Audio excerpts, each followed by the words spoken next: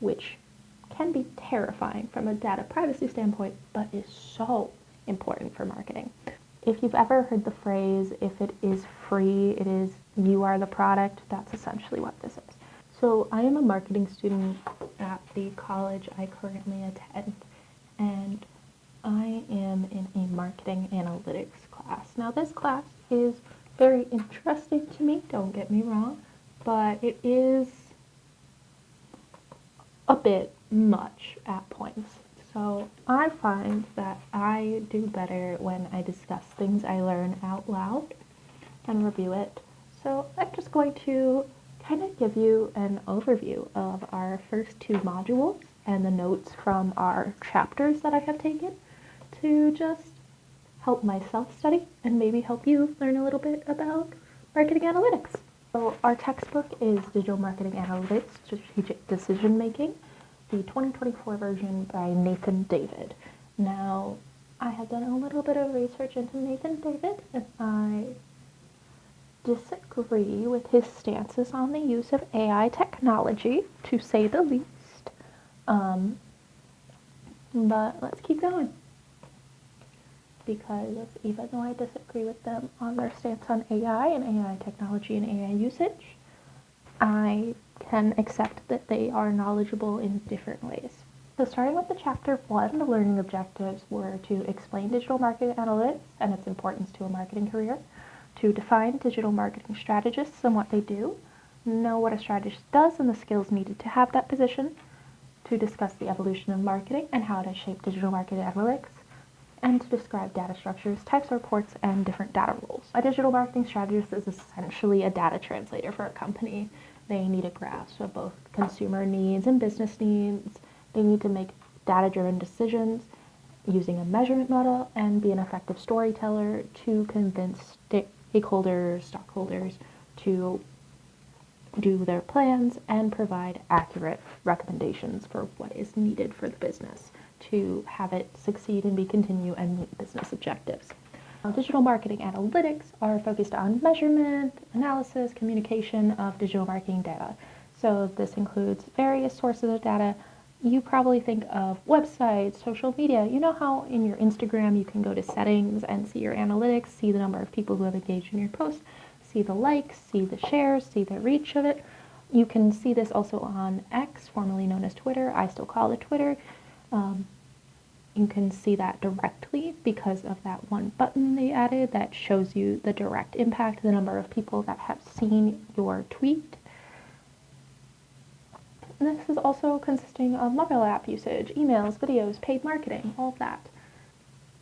Now, digital marketing strategists are people who specialize in this. This is their job, this is their lifeblood, this is their bread and butter. They are the ones that are going to be looking at your data, analyzing it, looking at how your company is doing and your company goals, and creating a plan for you based on this data and creating recommendations based on this data. This person might not be developing your marketing plans in general, but might be the one assisting the person creating those marketing plans and providing recommendations to them to then create the marketing plan. This person is not your top tier marketing person, but they are essential to your marketing team. Now, if you're running a small business, a lot of people will end up being a marketing strategist, be a content creator for you. They will be a video editor. They will be all these things. You should be paying them more. You should just, they are doing multiple jobs for you if they're doing all of that, and they should be paid adequately for that. If a person who is a digital marketing specialist and they're a strategist in this manner with analytics, they should not also be your graphic designer. They should not also be doing all these other things.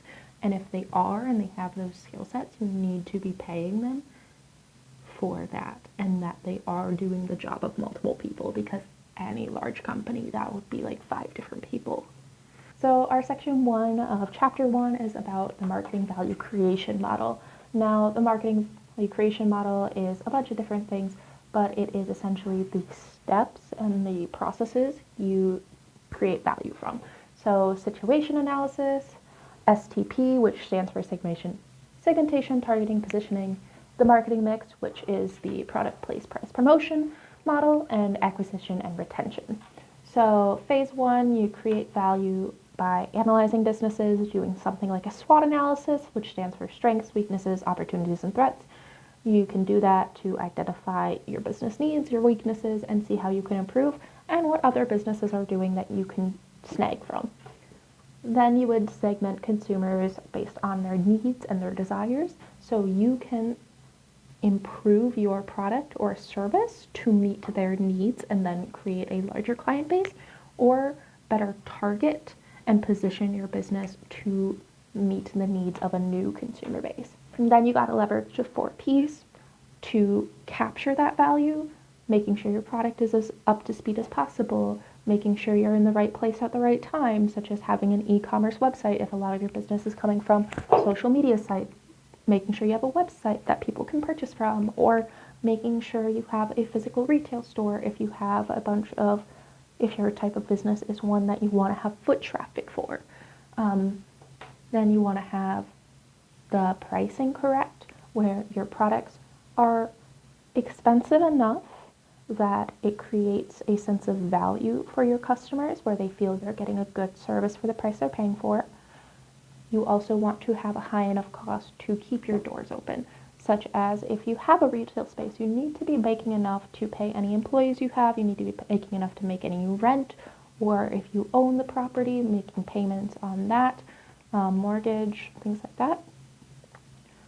You need to be earning enough to have that, but you also cannot overprice your product or service. You cannot be $1,000+ over market value of this, because you need it to be competitive with other businesses that are having that product or service. You need promotion, which is a large portion of marketing, where you need to be able to promote your product and get people aware of it, or get people aware of your service so they know you have it and can thus purchase it. Then section 2 is about marketing's evolution from analog to digital age.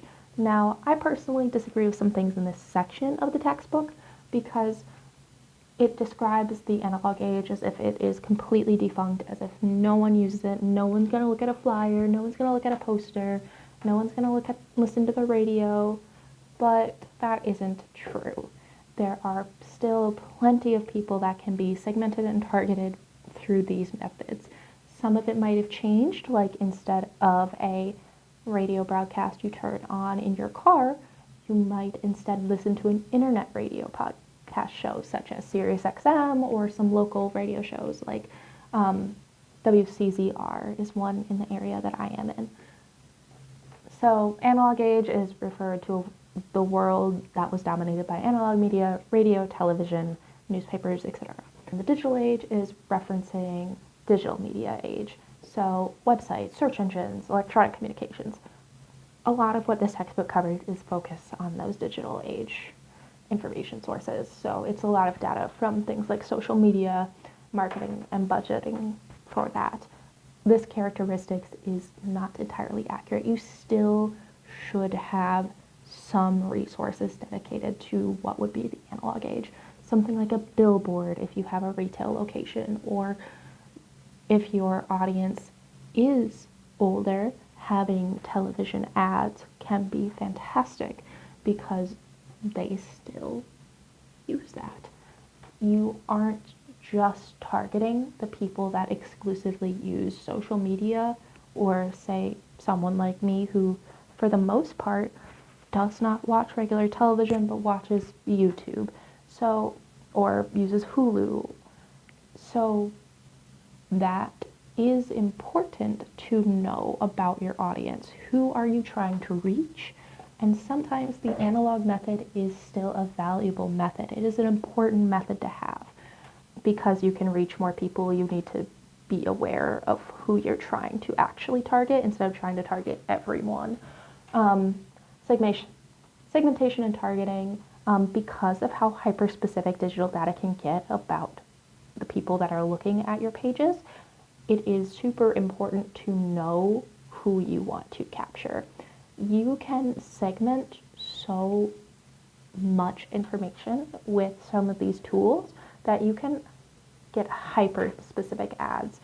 You can literally target a single person with an ad if you make it specific enough, which can be terrifying from a data privacy standpoint, but is so important for marketing. CRM, which stands for the Customer Relationship Management Platform. So the CRM is the central database for all a business's potential customers. Think Salesforce. If you know what Salesforce is, you know what I'm talking about. So it includes all the customer interactions with business, marketing media interactions, interests, demographics, psychographics, current revenues, forecasted revenues from the specific customer. This type of platform is so useful and incredibly helpful. Your business just has to make sure to implement it correctly and make sure all the people that are interacting with the software understand it. And section 3 is all about data and how it is stored, different types of data, what a data table is, a database, a data warehouse, structured data, unstructured data, data lake, big data. There's a bunch of different types of data. I'm not going to go into it. It's data. Then section 4 is about reports. So you have a bunch of different types of reports that you can give depending on what you're trying to get out of it. So if you are doing, say, a ad hoc report, so that's created for an immediate business need. You have a presentation coming up with a client. You have something specific that you need a report for. That's what an ad hoc report is.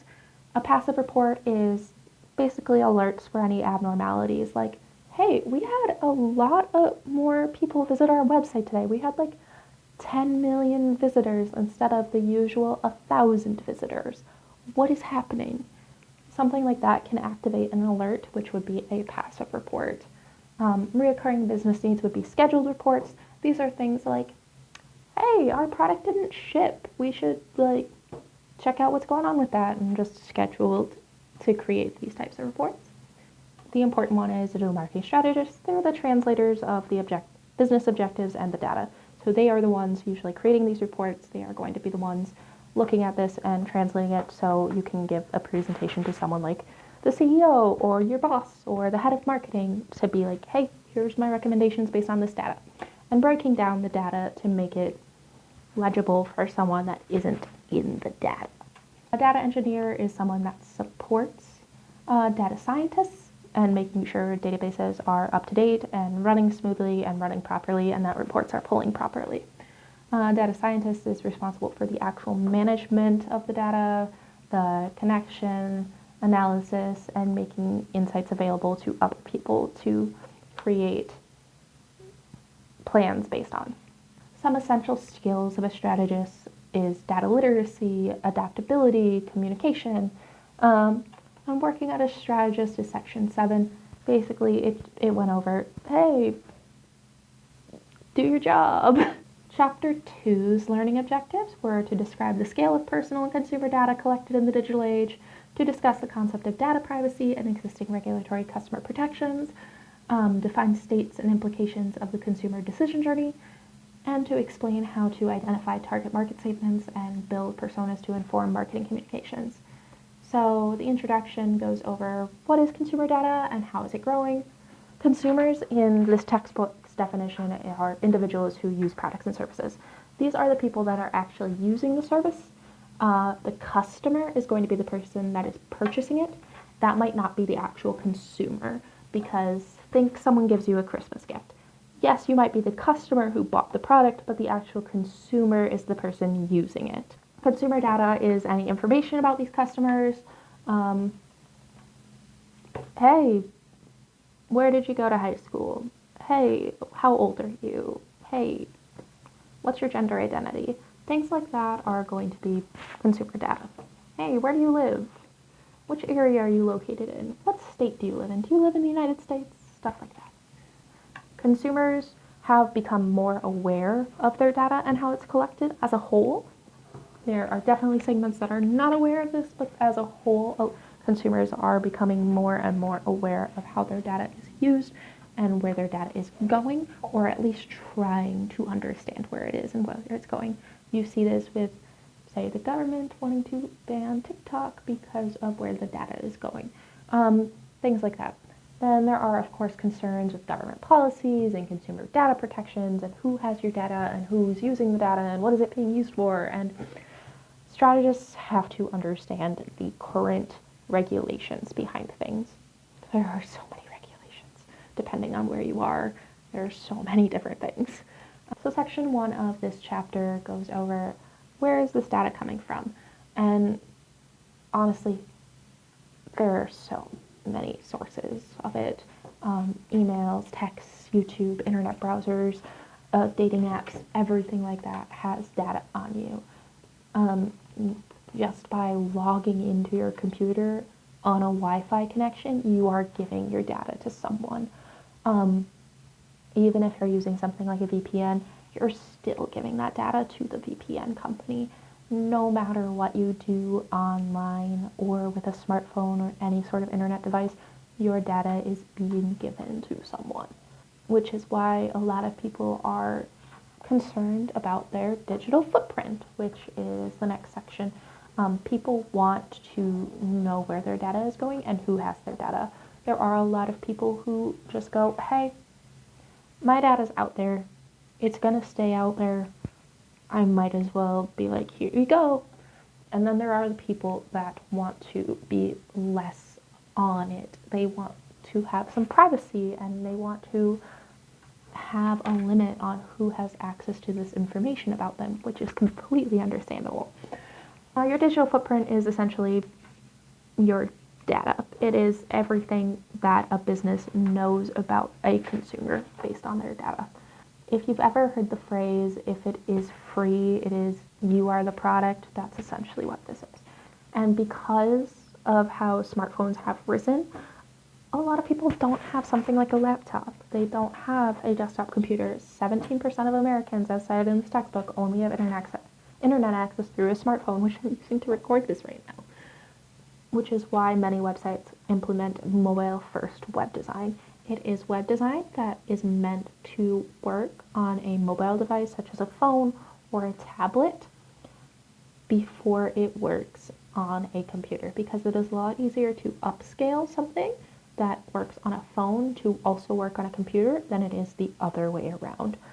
If you've ever gone on a website and just went, why is this so hard to navigate on your phone, maybe go to it on a laptop or desktop and see how different it is, because there are many websites where it is just old enough that it was built without mobile first web design, and so many people are so used to mobile first web design at this point because so many companies have been taking that approach that no one is used to a website that is not anymore, or at least a good chunk of people are not. Section 3 of this chapter goes on to talk about data privacy and data protections. Data privacy and data protections are important. Data privacy, as defined in the book, is balance between consumers' expectations of privacy versus business use and distribution of collected consumer data. So this is PPI. So PII. Sorry. So this is for personally identifiable information, PII. So your social security number, your financial data, your home address, your birth date, your full name, all of that is your personal data, and you need to have privacy in place on websites for this. It's the reason why many call centers, if you call into like a bank call center or you call into a place and go, hey, can I discuss this order?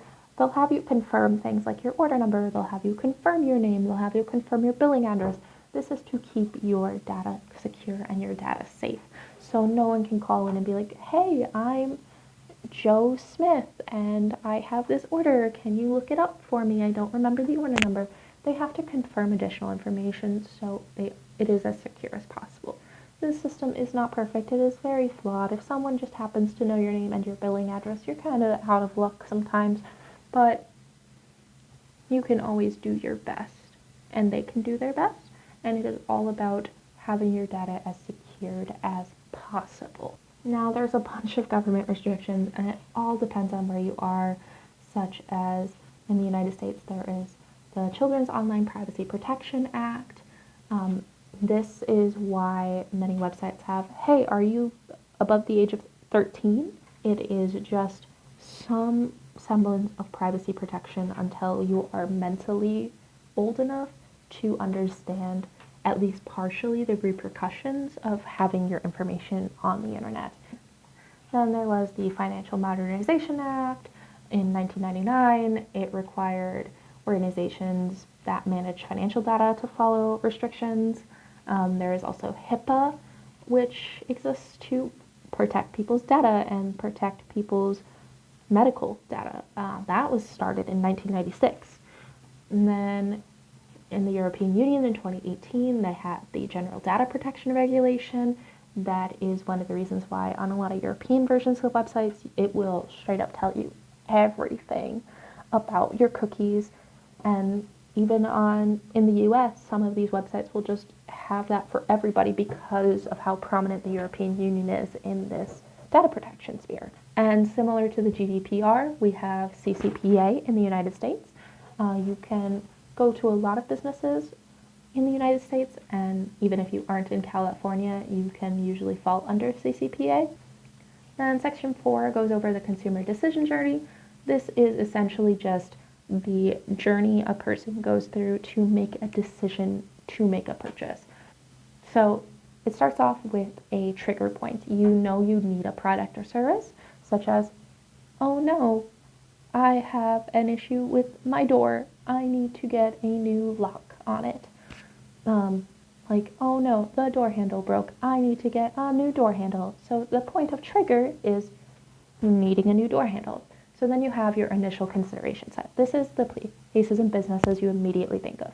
Such as for me, if I think of a broken door handle, I'm going to think Home Depot, Lowe's, Harbor Freight.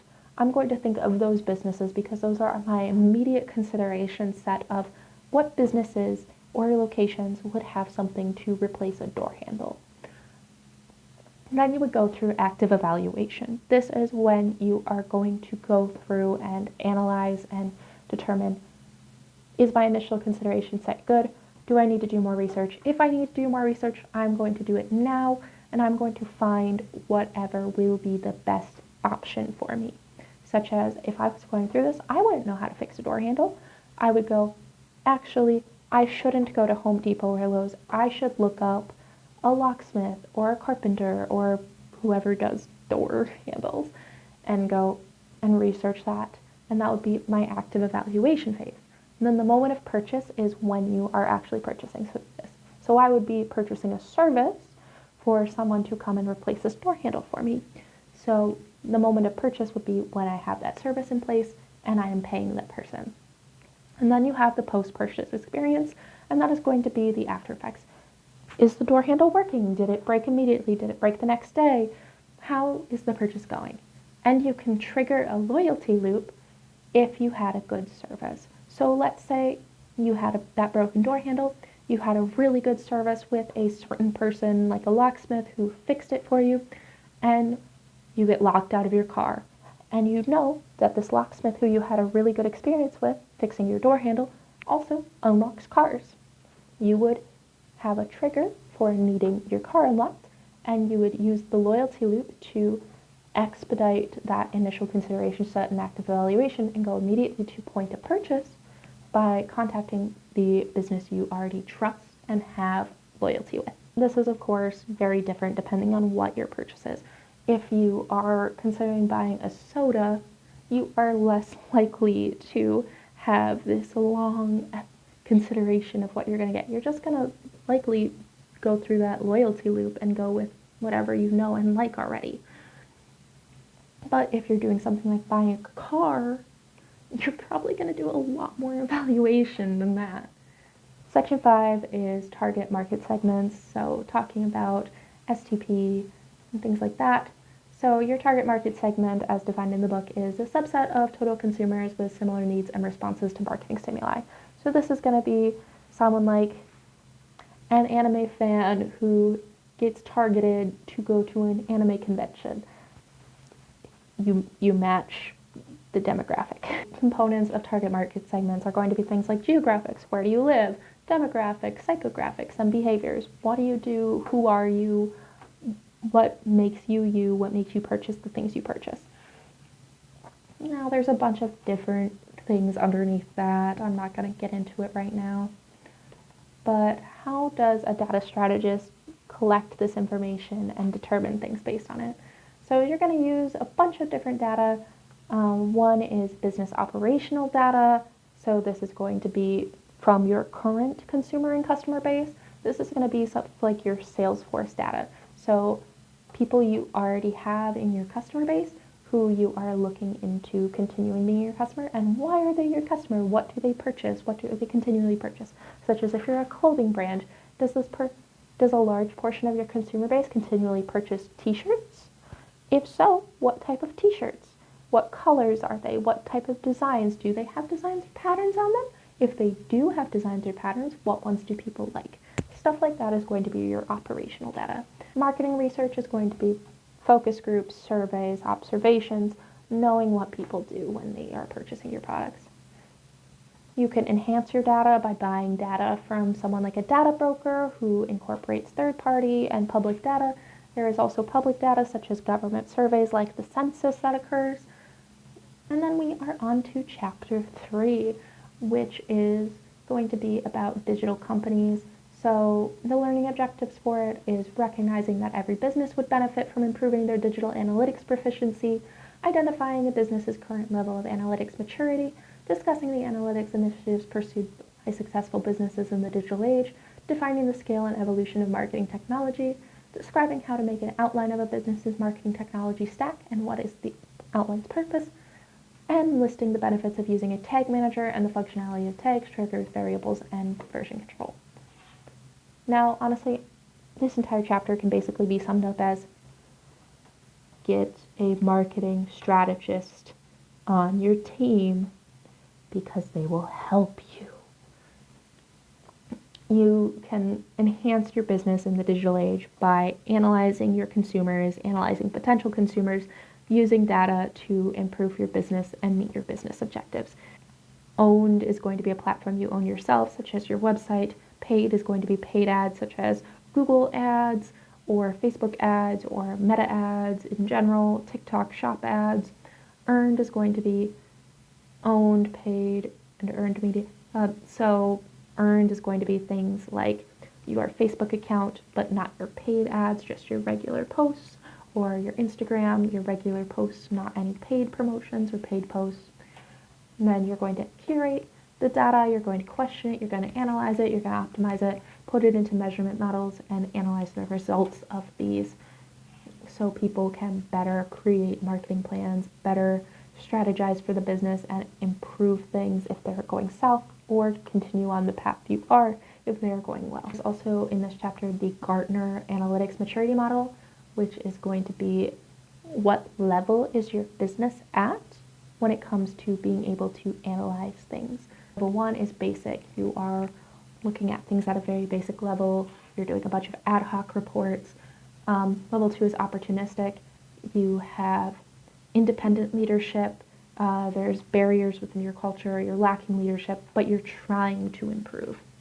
Then there's systematic, which is level 3, which is going to be shared and centralized analytics. You're going to have standards for your analytics. You're going to have technology that supports your analytics team, and you're going to have structured and repeated processes. So you're going to have processes that repeat to help continually improve your data. And there's level 4, which is differentiating, which is when you are clearly leveraging your data and clearly leveraging this to create data-driven decisions and are making better business decisions based on the data you have. Then level 5 is transformational, where you have data built into all of your processes. Everything that your business decides, even the creation of business objectives, are driven by data and are driven by your ability to understand it and use it effectively to improve your business or your service or your product. Also, the digital giants, it goes over Meta, it goes over Google, it goes over Amazon, and what these businesses do correctly in terms of data, what they do in terms of data. goes over some digital marketing tools, how the creation of these tools is only expanding, how there's more and more as time goes on, what IP addresses are, which is basically just the identification number of whatever device you're using. Like a computer has one that's different than your smartphone, but they both belong to you as the IP holder. And generally one IP is one person, so even if multiple people use this laptop that I'm working on, it would still in general be owned by one person. Yeah, so those are the first 3 chapters of my marketing analytics class. We have already done chapters 4 and 5, but my voice is getting tired, so I'm going to stop. I'm going to edit this video and use it as an effective study guide.